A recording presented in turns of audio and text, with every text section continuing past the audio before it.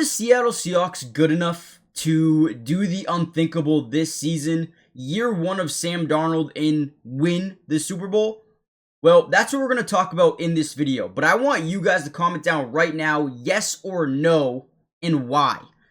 With that being said, for me, it's the combination of an elite defense. Trust me, they're elite. And a really good offense. I mean, you could probably say they're elite as well. Now, take a look at this play here. Now, concept is interesting because it looks like we're going to overload this side of the formation. And ultimately, what's going to happen is, obviously, they're in this 6-man protection, tight end to the top side. We're in this 7-eye on the inside shoulder of this tight end. We're going to attack. We're going to attack. And we're going to attack the inside shoulder of the tight end. That's going to come into play. Everything else is going to slide in this direction. We're going to force or reach the point of attack and then drop back into a zone here with our bottom side edge rusher. Now, what's important to understand about this defensive play is we are trying to stunt Derek Hall for a sack. So as we reach and get this 4-man slide of the offensive line, again, this guy's job is to go for the inside shoulder of the tight end. That way we can attack, spin off it. This guy will, stay attached to this rusher here. Right? So as that happens, boom, you're going to see him spin off it and then boom, get a sack. Now, what makes this defense elite? Well, not only are they sitting right now the number one offense number one defense in football, allowing only 17 points a game. I mean, these are all top 5 stats besides fourth down conversion percentage allowed. I mean, they are dominating teams on third down defensively, right? They're the number one defense in football when it comes to stopping the run. They are the number 6 defense when it comes to interception percentage. Number 11, almost top 10 when it comes to sack percentage. This is the elite of the elite defenses. And then offensively, they're putting up 28 points a game.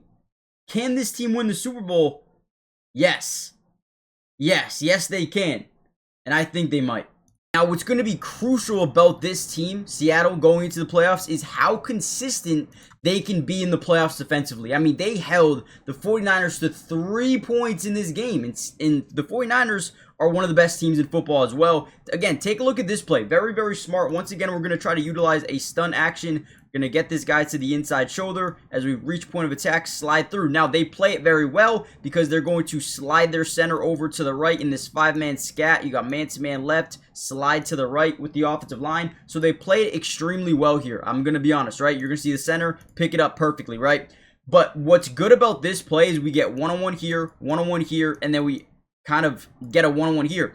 Now, Uchenna Nwosu does an unbelievable job going from a pass rusher, like he was the guy schemed up to be the pass rusher. It doesn't work because they play it perfectly. So what do you do now? You have to play with lane integrity, because if you don't, Brock Purdy is a guy that will take off and run. So what does he do? Instead of going for the quarterback, right, he's going to reset over the middle of the field and wait for Brock Purdy to make a decision. He has 3 guys generating pressure, forcing him outside of the pocket. Instead of me pass rushing as well, let me wait for him to make a decision. He steps up and boom, Uchenna Nwosu gets a sack there. Unbelievable job. They play as a team. They play in, it feels like they're bought in. They're bought into the system right now, and it is amazing to see.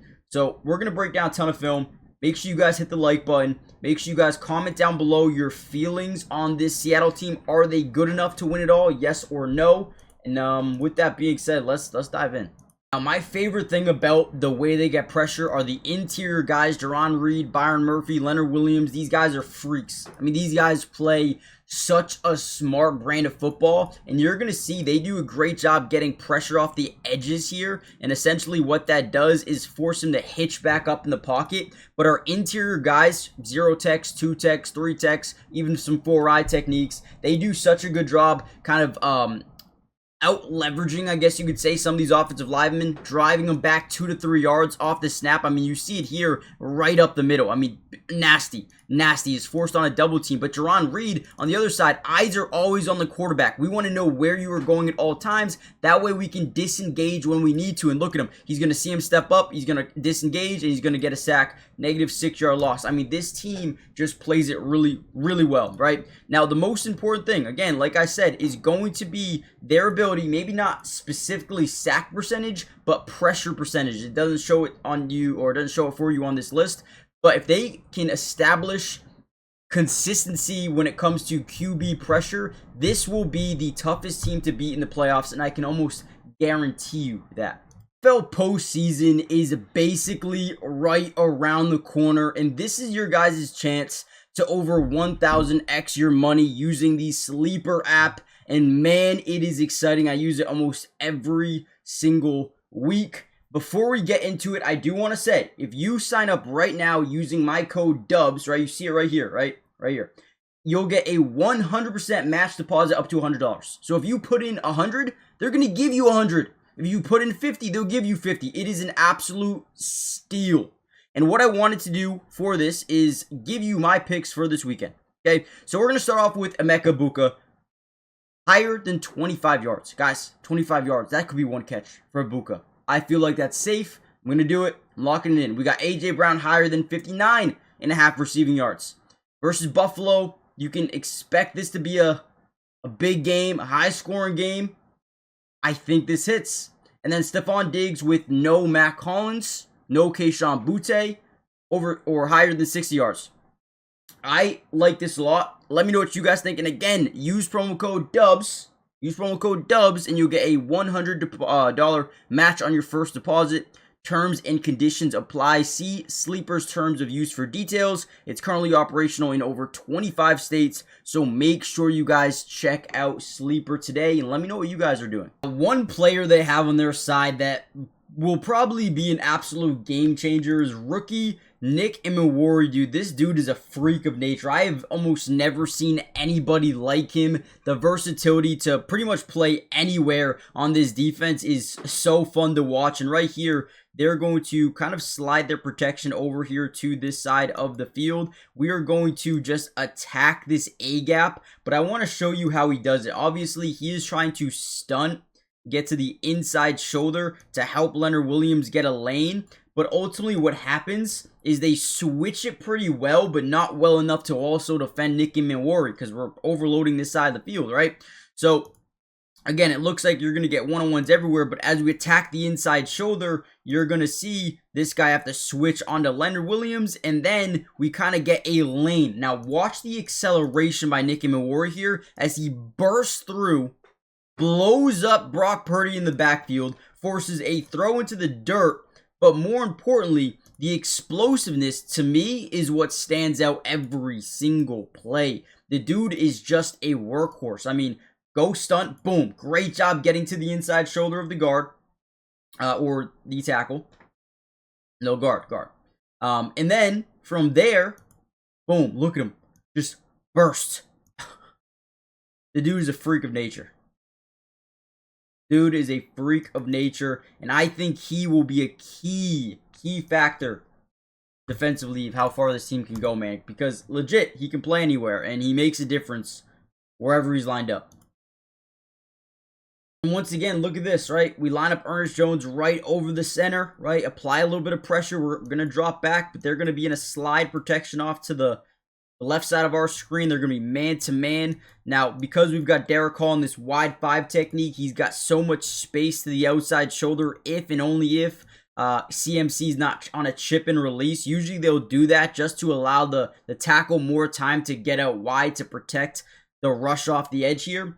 But essentially, they don't do that, right? They don't chip and release Christian McCaffrey. They just kind of swing him out of the backfield, and what that does is give Derek Hall outside leverage, right? He gets the outside shoulder and just rips right through from the backside. Oh my, and Brock Purdy gets crunched here. Leonard Williams does the same thing, gets to the outside shoulder, over dominates him, and then boom. I mean, they absolutely nailed him, right? Pause, but you guys know what I mean. This team generates a ton of pressure, man.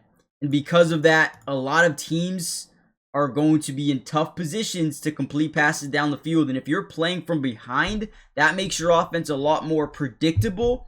And the versatility goes out the window.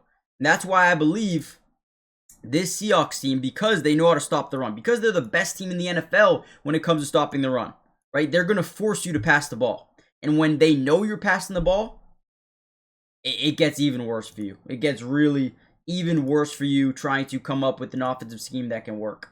And then again, take a look at this play. They're going to try to set up this little screen where George Kittle is going to block, release, allow him to release to the inside shoulder as he breaks to the outside. Nick and Mori reads it perfectly. You also have to account for the tackles and guards trying to get out in space to be blockers off this little chip and release screen, right? Boom, release him to the inside. They did it perfectly. Also, another thing they tried to do here was initially scan to this side of the field to move the safety, to move the linebackers over in this direction, right? Opening up this side of the field. Now, if you get these guys out in front and block Nick and Mori and have space, I mean, dude, it's gone. It's a touchdown. It's a touchdown just because they have so many guys out in front here. But Nick and Mori plays this beautifully. And negative 6-yard loss.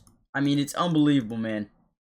But ultimately, that's kind of what I wanted to share with you guys. Why can this team win the Super Bowl? It's because of their defensive mindset to take out the run, eliminate the run game while the offense gets the lead. Okay, so once they're up 10-0, 14-0, then these offenses like San Francisco become a little bit less dynamic and a little bit more predictable.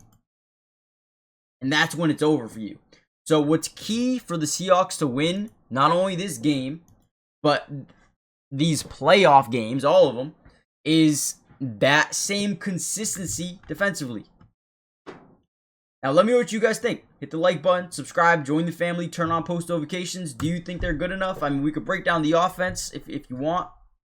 But in my opinion, it's going to be the defense. It's going to be how well can this defense play throughout the playoffs. Let me know what you guys think, and I'll catch you guys in the next one. Peace.